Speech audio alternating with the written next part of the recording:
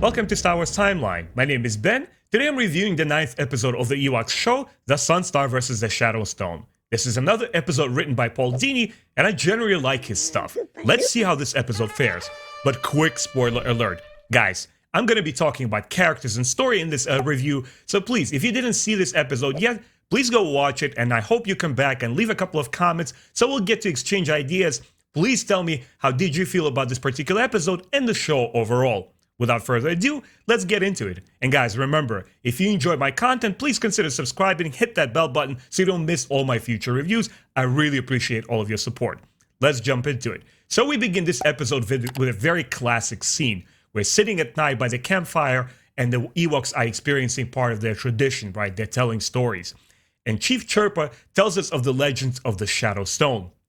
He casts these magical beams into the night sky, and they're portraying the events of what he's trying to tell the kids.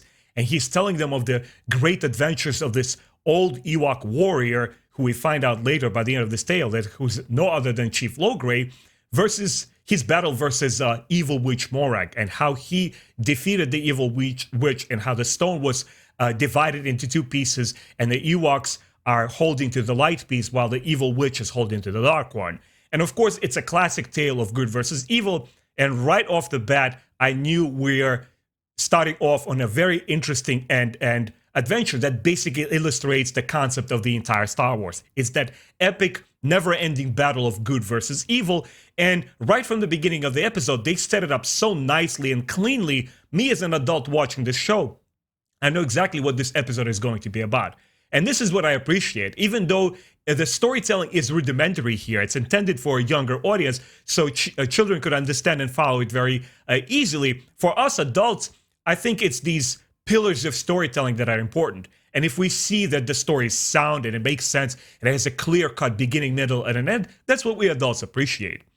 So the next following morning, our friend Teebo, who we already saw, starts demonstrating some kind of force abilities, right? What they call magic in the show, obviously for kids, look like force abilities. And it's interesting to see that they're expanding the lore of Star Wars, and they're showing us that Ewoks are also not strangers to the force. Perhaps they have a different filter to it, you know, like the way they identify with it or even call it, but the concept is the same. So it's very near and dear to what Star Wars represents. So I'm on board there. I'm like, okay, I'm following. Teebo now wants to be an apprentice. And he goes, he knocks on the Chief Logray's door. He says, hey, I was thinking of one boy who could be your possible apprentice. Well, it's me. That was kind of cute. He's there. He doesn't beat about the bush. He's very eager to learn. But he is introduced to the very first important lesson here. Shaman Logray says, like, okay, all right, you want to learn? But first, you got to remember, you got to be self-reliant, and you got to do your chores before we get to the magical parts. To me, as a huge fan of kung fu movies, right? They came, the Shaw Brothers collection, they came out of 70s and 80s, you know, Bruce Lee films and Gordon Liu and all those martial art movies. They always have segments where the young apprentice first needs to learn discipline. And it comes with a part with the frustration and misunderstanding on the behalf of the young person, because he's not fully aware of what is expected of him. He wants to get to the good part first. It's like, magic, the Force. I want to learn it all. And it's also a very important lesson that we see in the Star Wars prequels, right? When young Anakin is too eager to master the Force. He wants to get to all the good parts, and he wants to be an absolute master of it, and even learn the forbidden arts and how you could preserve your loved ones from dying and keep them by your side forever, right? So we see tiny elements of that in this particular episode. So he's tasked with his chores, and we see a little moment later, he's there delivering this giant mushroom, and he's supposed to bring it to Chief Logray's little hut, right, for the experiments or whatever they're going to do there. But I found it, first of all, guys, when you were a kid, try to go back to that time when you were a child. What were some of the things that you loved? Obviously, we all loved magic.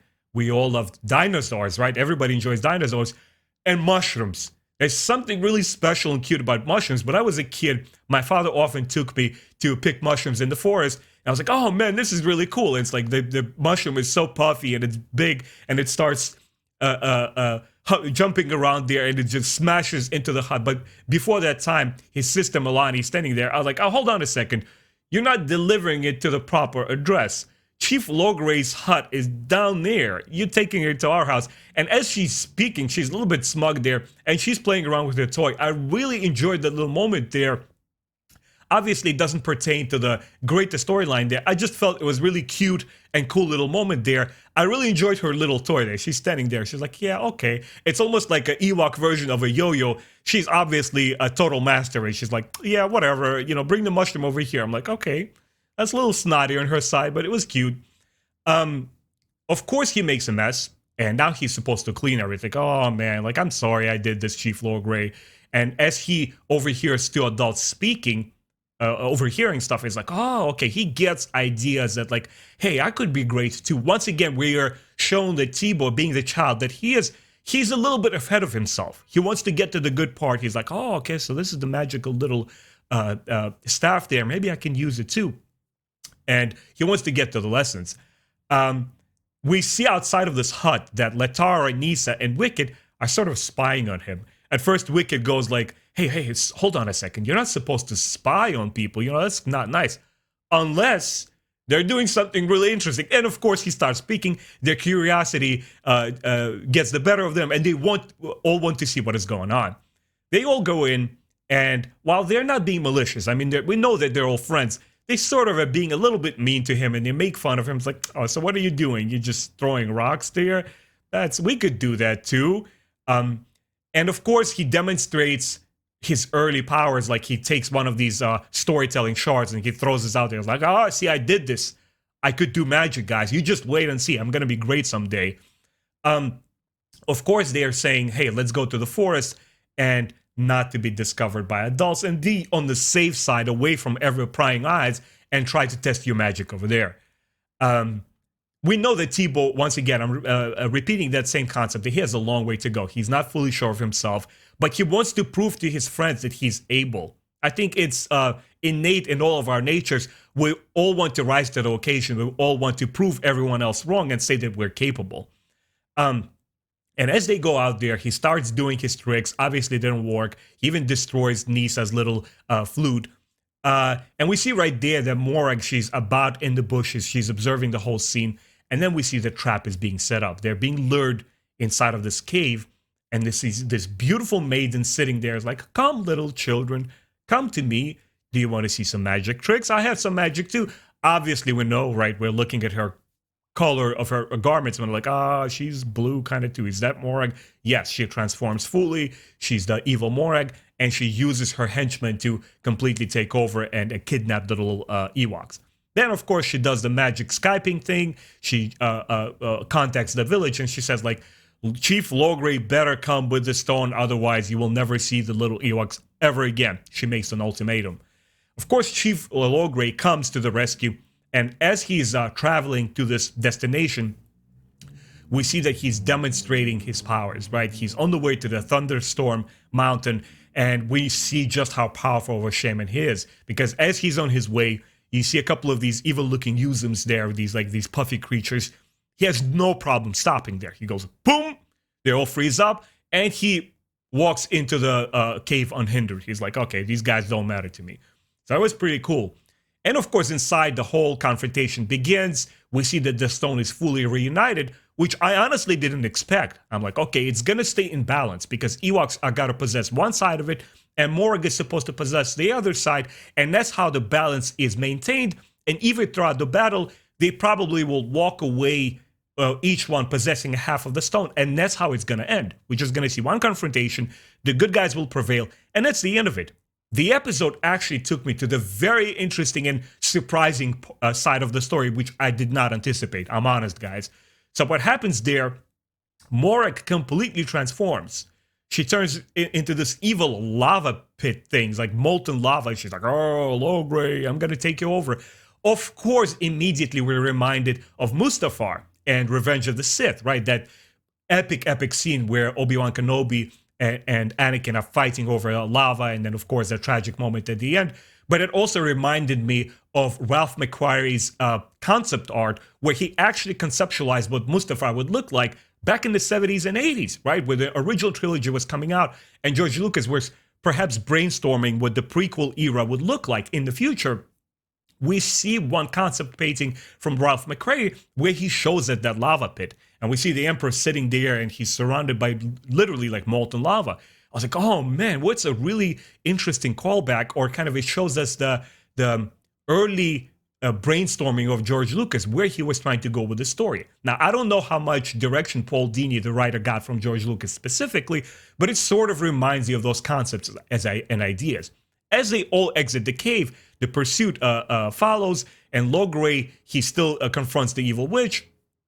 And, you know, how is he going to win her? I have this question, I'm like, hold on a second, he doesn't even have the stones. How he's going to do it? She has both pieces combined. She has this ultimate power. What's going to happen? We're now returning to the very beginning lesson of this episode, where Chief Logray is saying, like, you're supposed to rely on yourself. Don't just rely on the magic. Don't rely on these stones. And now we're kind of like alluded to where the true power comes from, where the true magic of understanding of the Force comes from. It's not these rocks. It comes from inside the person. I was like, wow, this is really awesome. And we see Shaman Logray, he puts his stick like this. He starts chanting some kind of words, obviously calling the forces of nature to him. And we see this water sprouting from the ground, and it starts basically washing over evil witch. And she's basically, we see two opposing forces, right? The lava and the water, two opposite elements battling each other. And she's quickly, Morag is turned to the stone. And what follows next, I'm like, here I'm breathing out. I'm like, okay, the episode is over. The good guys have won the day. Yay, let's go and celebrate. We're never going to see the Morag again. She's done for. Well, she's kind of standing there as a rock. I was going to end it right here, guys. But more stuff is happening. She crumbles, which kind of signals to us that that's it. That's the end of Morag. But unfortunately, Master Logray is being, you know, he's under those rocks. We don't know what's happening with him. And all the little Ewoks, they're running around frantically. They don't know what to do. They're so desperate. I really felt for them. And, you know, Nisa is crying and the girls are very, like, distraught. I'm like, oh, we're never going to see Master Logray again. What is happening there? And of course, the good has to prevail. This is a children's show. And our shaman comes. He descends from the tree, which I was thinking for a second, is he like Yoda? He's not demonstrating his full power to us, because at one point he's walking around with a stick. But when it's time to descend from the tree, he's like jumping around like the bears that the Ewoks would do. He's very agile. I'm like, oh, okay, cool, interesting. You know, he comes back and we're back to the village and everyone is celebrating. And we now see that Teebo is kind of fully embraced by his new mentor as the full apprentice. And now he's going to learn the ways of the Force, the way of this magic of the Ewoks with his new master. So I felt that this episode stuck to its guns. It told us a very important lesson in the beginning. It told us that you're supposed to be self-reliant. It continues that line throughout the whole episode, and it brings it to a very rousing and a satisfying conclusion that we see. It begins with a campfire story. It ends with a campfire story. It begins with the aspect of being self-reliant and depending on yourself and your friends, obviously, and everyone else, and not just these, you know, relics or these artifacts. And that's what happens at the end. They win the day through strength of character. Paul Dini does not disappoint me, guys. Paul Dini just nailed this episode. A couple of episodes bad. I had a couple of things that kind of bothered me a little bit. I downgraded a couple of episodes, which weren't bad, but they were problematic for me. But Paul Dini, he knows this kind of storytelling inside out. For the type that show that the Ewoks are, and for the type of demographic they're trying to tackle, he's telling awesome stories throughout. So if I were to rate this episode, this is a straight 4 out of 4 episode for me. No questions about it. I'm sort of like juggling a couple of episodes from the show already, trying to pick which one is my absolute favorite. And this one could easily fit the bill. This could be my all-time favorite episode thus far. What's going to happen in the future? I don't know. How the second season is going to turn out? No clue, guys. I'm watching it for the first time. If you're seeing this review and you're watching it along with me, guys, I'm just like yourselves. I don't know what's going to happen in the next episode, and I'm not looking on Wikipedia or anyone else. I want to be fully surprised. I think that's the best way to go into it, because by the end of this episode, something magical happened. Something I didn't anticipate for. Something like, hold on a second, a children's show's got to have the villain. And Morag was represented to be the greatest villain in the show so far. And it was very bold to get rid of her. Granted, is she going to come back some kind of a spirit or a spectral form? I don't know. Let's wait and see. Anyway, guys, I really appreciate you coming in and checking out this review. I'm very excited to hear what you thought about this episode. Let me know if Paul Dini is the author that you might know from this show or maybe from other television animated shows and comic books that he's renowned for, and do you enjoy his work as much as I do? Anyway, guys, thank you so much. I really appreciate all of your support. Don't forget to subscribe so you don't miss my future reviews, and I'll see you next time.